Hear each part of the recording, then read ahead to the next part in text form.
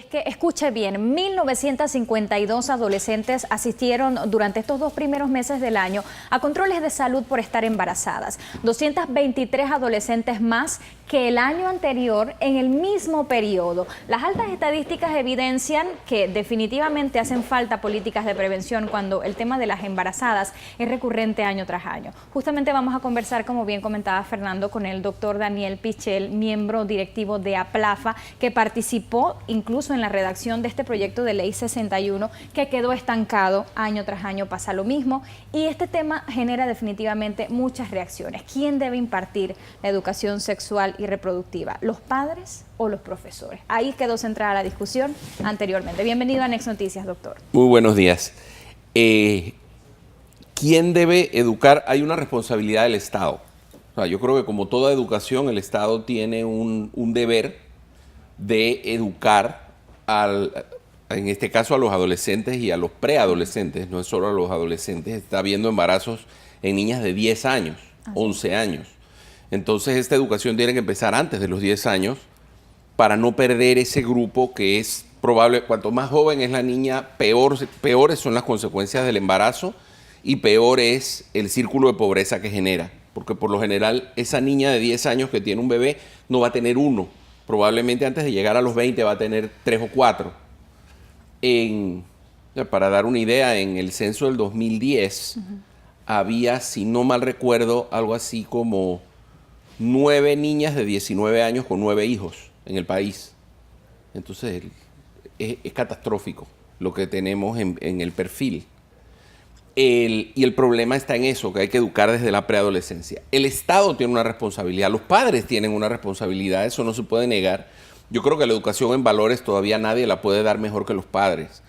El problema que tenemos en Panamá es que tenemos una familia, donde la figura de la familia nuclear que funciona, donde se conversa, inclusive en familias nucleares que funcionan, el tema sexual es un tema muy difícil de tocar por múltiples tabús y por una serie de miedos y dudas que hay. Entonces los padres tienen su función, pero el Estado no puede dejar a un lado la función real que tiene de educar, sobre todo cuando estamos hablando de un tema que repercute directamente en salud pública. Precisamente ese mismo punto iba, porque las voces más críticas, la Alianza por la Salud y por la familia, decía que es que esta propuesta iba a incitar a los jóvenes a tener relaciones siempre y cuando pues no salieran embarazadas, y que por qué no se le consultaba al padre si esto no atentaba con la moral de la familia. Ok. Yo voy a poner un ejemplo de algo que pasó en una de estas miles de discusiones que hemos tenido a nivel desde redes sociales y de grupos. En una de estas discusiones, una de estas personas que enarbolan esta bandera, porque han casado la palabra familia al hecho de defender su postura en el tema. Entonces, según ellos defienden la familia por esto. Una de estas personas decía que iba a pasar eso, que esta ley iba a incitar a los muchachos para que tuvieran relaciones sexuales. Y en la discusión, mi hija, que en aquel momento tenía 18 años o 17, le dijo a la señora esta, que puede ser su abuela, pero le dijo: señora, yo creo que con los números que hay es evidente que ya están teniendo relaciones sexuales. Claro. O sea, esto no es que los va a incitar, que los va a incitar más. O sea, en lugar de 30% vamos a llegar a 32%. Actualmente nos enseña, y evidentemente los números son un desastre. Hay que, por lo menos, debería darse la oportunidad para enseñarse, cosa que es muy importante porque quienes están sufriéndolo son principalmente las escuelas oficiales, donde para introducir un tema de esto requiere una autorización por medio de un proceso legal. Muchas escuelas privadas van a dar esta información como parte de la clase de ciencias, quieran o no quieran los papás. Nadie le pregunta en una escuela privada a los papás si se va a hablar de reproducción y se va a hablar de anticonceptivos y se va a hablar de métodos de planificación familiar. Simplemente está incluido. Pero en la escuela oficial es mucho más complicado. La escuela oficial requiere de una serie de pasos legales. Porque ellos decían que en efecto sí lo estaban impartiendo, tal vez no en una cátedra específica, pero dentro de algunas otras materias. Sí, pero no se ha... Ok, el tema de la ley, que tanto se discutió, lo que trató fue de poner en un solo cuerpo legislativo todo lo que existe suelto por múltiples leyes. Okay. Sí se podría decir que ya existe la orden de dar esta educación, pero no se está dando. Y si se está dando mal y los números son los que soportan esa opinión. Eso no es un tema de que alguien dice, no, es un hecho que tenemos un gran problema. Y es un problema que tenemos en todo el país, que tenemos a todos los niveles y que tiene que tratar de buscársele solución, porque es una manera de generar enfermedad, de generar pobreza, de generar delincuencia, de generar todas las cosas, inseguridad. O sea, todos los grandes problemas de que nos quejamos van mediados en parte por estos niños que nacen de una madre adolescente que tiene que ver cómo mantiene a su hijo a los 15 años y tiene que buscar alguna alternativa de trabajo. O sea, es una gran cadena que se va formando y que al final termina perjudicando al niño, a la madre y a la sociedad. Ahora, me llama la atención que también nos centramos mucho en ese punto de se da o no se da la educación sexual, quién la da, los padres o las madres. Y analizando un poco las estadísticas encontramos que las 3 provincias en donde más se dan estos casos son Panamá, Veraguas e incluyo a Chiriquí por el área comarcal, por el área de la comarca Nové Buglé. Sin embargo, siguen siendo la alta incidencia en San Miguelito, en donde los jóvenes tienen más acceso a computadores, todos tienen teléfono, el internet está a la orden del día. ¿No es cuestión también de que tienen demasiada información? Bueno, pero esa información van a seguir teniéndola. O sea, uno tiene que... Temas como la educación tienen que evolucionar entendiendo de que el mundo evoluciona. Entonces, la información que tienen en el internet y que el contenido sexual que antes era mucho más complicado, hace 30 años que un adolescente tuviera acceso a temas de contenido sexual era mucho más difícil que hoy, que simplemente tienen que apretar 2 botones en su teléfono que traen en el bolsillo. Y tratar de ignorar eso es totalmente absurdo. Y tratar de generar una agenda diciendo que simple y sencillamente hay que enseñar a los muchachos que no entren en la página donde salen de contenidos sexuales, es como, a ver, es ir en contra de cómo funciona la sociedad hoy en día, nos guste o no.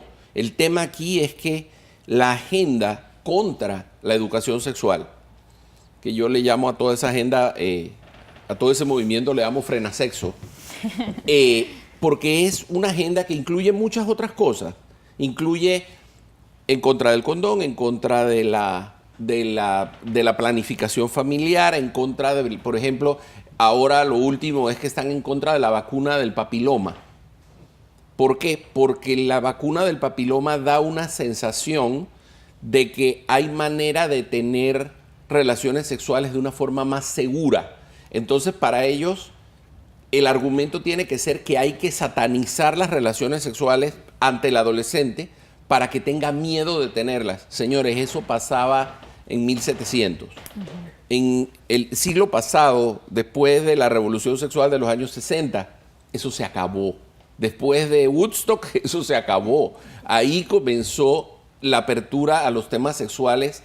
Se introdujo la píldora anticonceptiva, la mujer comenzó a decidir cuándo tenía hijos y cuándo no tenía hijos. Eso le abrió a las mujeres el mundo laboral. O sea, hubo un montón de cosas que ocurrieron que no van a poder echarlas para atrás. Entonces, tratar de ignorarlo es absurdo.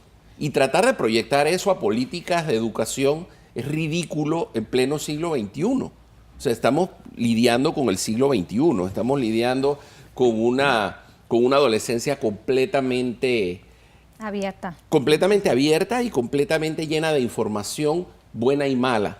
Entonces lo que tenemos es que enseñarle a esos adolescentes cuáles son los valores que ellos tienen que mantener, cuáles son las prioridades, y tenemos que aceptar que ellos se van a mover en el mundo que tienen cuanto más fuertes sean esos valores. Y esos valores también los puede enseñar la escuela.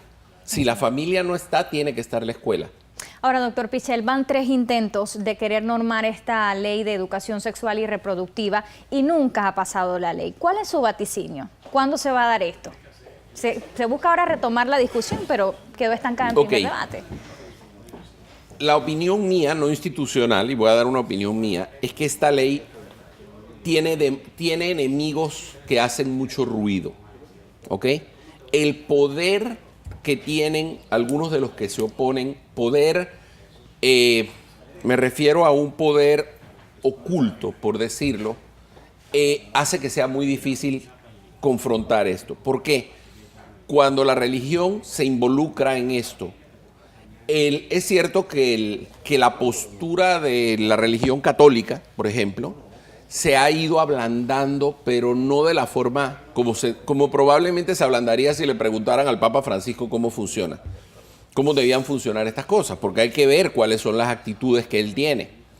Pero a nivel local, abren un poquito, pero nunca dicen concretamente, oigan, esto hay que enseñarlo. Siempre se quedan en lo de los valores y el amor y la familia que no es que no sea importante, pero no están resolviendo el problema. Entonces, mi vaticinio es que esta ley va a seguir teniendo gran oposición. No va a ser fácil pasarla y el riesgo que se corre a veces es que cuando se tienen este tipo de discusiones, cada vez se le va cortando un poquito más y al final lo que nos termina quedando es un esbozo de lo que buscaba y no se logra el objetivo final. Yo creo que la estrategia básica aquí tiene que ser implementar las leyes que ya existen, tratar de agruparlo en una ley, estamos de acuerdo, y creo que lo que es saludable es sentarse a discutirlo. Claro. O sea, que se dé la discusión legislativa. Yo no sé cuál va a ser el resultado final, porque sí hay mucha gente que se va a seguir oponiendo por oponerse, porque es parte de su agenda. O sea, tienen que poner el ganchito de que cumplieron eso. Y realmente yo no veo muy fácil que la ley pase. Hay que discutirlo, pero yo no estoy muy convencido que al final se va a obtener una ley con todo lo que se quiere que tenga. Doctor, producción me está pidiendo tiempo, pero ya para finalizar, bueno, siempre se habla de la menor embarazada, pero ¿qué pasa con ese adulto que es el que embaraza a la menor? En breves segundos para finalizar. Ahí hay un tema penal. Ahí hay un tema penal y el peor problema que se tiene ahí es que no se hacen las denuncias muchas veces. Entonces, se detecta la embarazada en el servicio de salud, se sabe que hubo un adulto de por medio, pero si esa adolescente no tiene el refuerzo y el empoderamiento para denunciar al que la embarazó y decir que es producto de una violación o que es producto de estupro, o que es producto de algo que es una ley. Padrastro muchas veces. Claro, que es es un tema que tiene que llevarse a la ley y ser castigado penalmente. Mientras eso no se dé, no tenemos muchas opciones de que se logre. Desafortunadamente, son dos cosas que corren paralelas y que tiene que resolverse una y seguir resolviendo la otra. Doctor Daniel Pichel, gracias por estar haciendo este importante análisis esta mañana en Next Noticias. El problema de las adolescentes embarazadas, pues que cada año las estadísticas van en ascenso.